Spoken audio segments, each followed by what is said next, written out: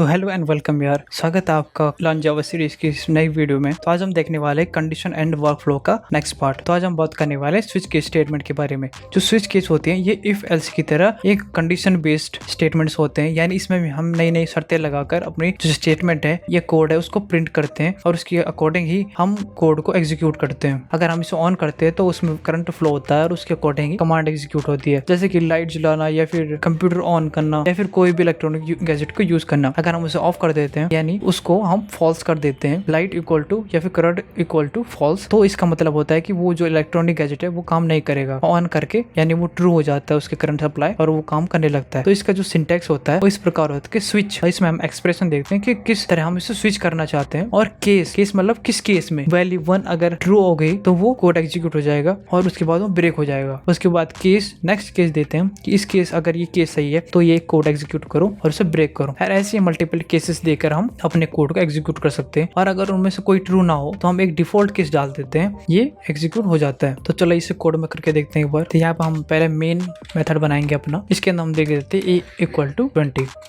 हम switch case का इस्तेमाल करने के लिए हम क्या लिखते हैं कि स्विच, और यहाँ पे लिखते हैं हम एक एक्सप्रेशन मतलब ए। हम इसमें देखने वाले हैं क्या ये हमारे उसके अकॉर्डिंग है या नहीं। तो इस प्रकार हम उसे चेक करते हैं। यहाँ पे एक्सप्रेशन डालना है हमें कि क्या एक्सप्रेशन हमें चेक करना है। तो उसके बाद हमें कर्ली ब्रेसेस और उसके अंदर हमें डालना होता है केस, कि अगर केस है 1 यानी अगर ए की वैल्यू 1 है तो हमें क्या प्रिंट करना है या फिर कौन सा कोड एग्जीक्यूट करना है। अगर केस 1 है तो हम जैसे हमने डाल दिया कि साउट ए इज 1,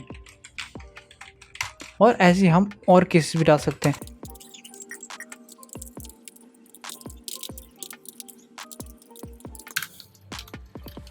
अब इसमें देखते हैं कि ब्रेक क्या होता है। ब्रेक का मतलब होता है कि रोक देना, किसी जो कोड चल रहा है उसको यहीं पे रोक देना, आगे ना बढ़ने देना। अगर केस 1 है और ये ट्रू हो जाता है, यानी अगर जो यहाँ पे दिया गया ये 1 हो गया, ए इक्वल टू 1 है और यहाँ पे भी हमने जैसे कि 1 ले लिया जो कि ट्रू है, केस 1 लेके ट्रू हो गया, तो ये वाली लाइन प्रिंट होगी। उसके बाद वो ब्रेक हो जाएगा यानी यहीं पे रुक जाएगा।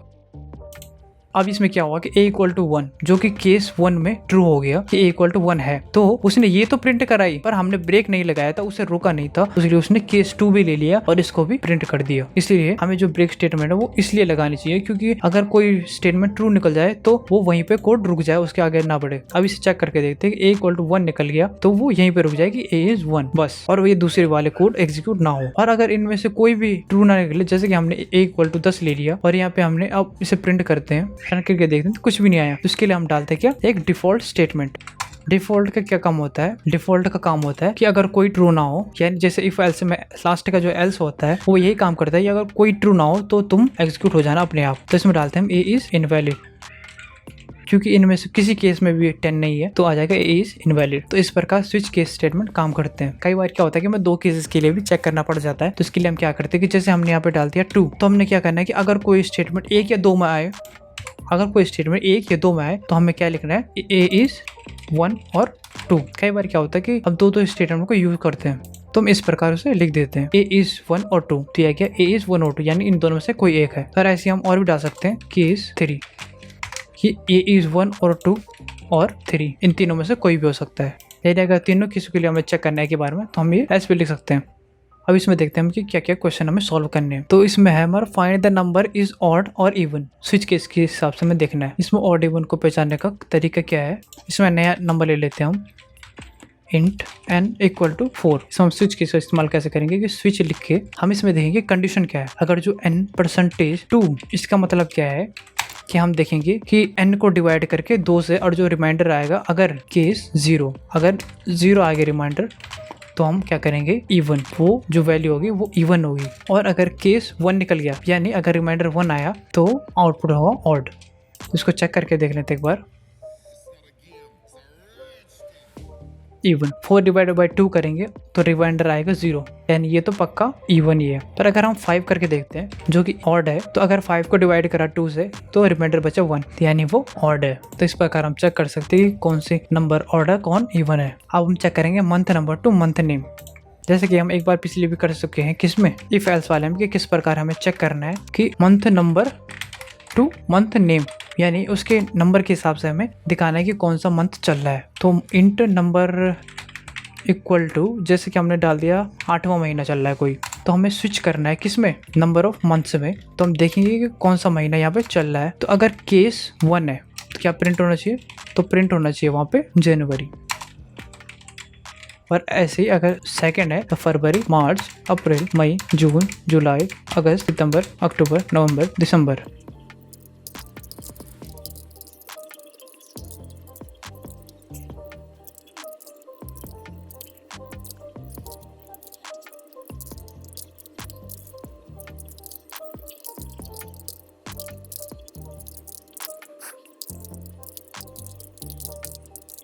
तो इसमें आप देख सकते हैं कि मैंने नंबर डाला है 8, यानी 8वां महीना आना चाहिए अगस्त। और केस हम चेक कर रहे हैं, स्विच कर रहे हैं किस में से, नंबर में से। और केस लिख रहे हैं अगर 1 है तो जनवरी, 2 है तो फरवरी, 3 है तो मार्च, और ऐसे ऐसे करके हमने डाल दिया दिसंबर तक। पर अगर इनमें से कोई भी नंबर ना निकला, यानी सब फॉल्स निकल गए, तो ये निकलेगा इनवैलिड नंबर ऑफ मंथ्स। तो हमने डाला यहाँ पे नंबर की जगह 8, तो आना चाहिए अगस्त, आ गया अगस्त। अगर नंबर की जगह डालना हमें फरवरी के लिए 2, तो आगे हमारी फरवरी। अब डालना है हमें 12 मंथ के लिए डालना है, तो आना चाहिए हमारा दिसंबर। पर अगर हमने डाल दी जैसे कि 13, तो अगर यहाँ पे आना चाहिए आपके पास सबसे लास्ट वाला इनवैलिड नंबर ऑफ मंथ्स। आगे हमारा इनवैलिड नंबर ऑफ मंथ्स, क्योंकि ये किसी भी केस को ट्रू सेटिस्फाई नहीं कर रहा है। तो इस प्रकार हम स्विच केस का इस्तेमाल करते हैं। अगर आपको इस सीरीज की पिछली वीडियो देखनी है तो लेफ्ट वाली वीडियो पर क्लिक करो, अगर नेक्स्ट वीडियो देखना तो राइट वाली वीडियो पर क्लिक करो और देख डालो।